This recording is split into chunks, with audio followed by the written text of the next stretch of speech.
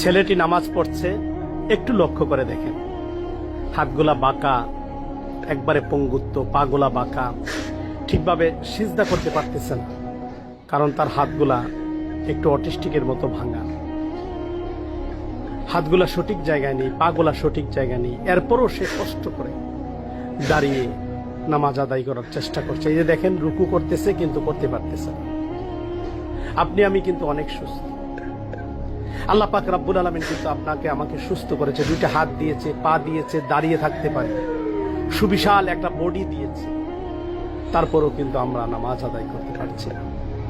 একটু ভাবেন, এই পঙ্গু ছেলেটা যদি এইভাবে কষ্ট করে আল্লাহকে সেজদা করতে পারে, রুকু করতে পারে, হাতটা সমানভাবে মিশাতে পারছে না, সঠিকভাবে সে বসতে পারছে না, তারপরেও সে কষ্ট করে নামাজ আদায় করছে, ভাই আমরা কি তার চেয়ে ভালো নেই? তাহলে চলেন না আমরা নামাজগুলো আদায় করি, আল্লাহর বিধিগুলো পালন করি, আখেরাতের জন্য পাথেও জোগাড় করি। দুনিয়াটা হচ্ছে আখেরাতের শস্য ক্ষেত, চলেন এই ক্ষেতটা ভালো করে চাষ করি, আখেরাতে ভালো ফসল পেয়ে জান্নাতের পথে যাই।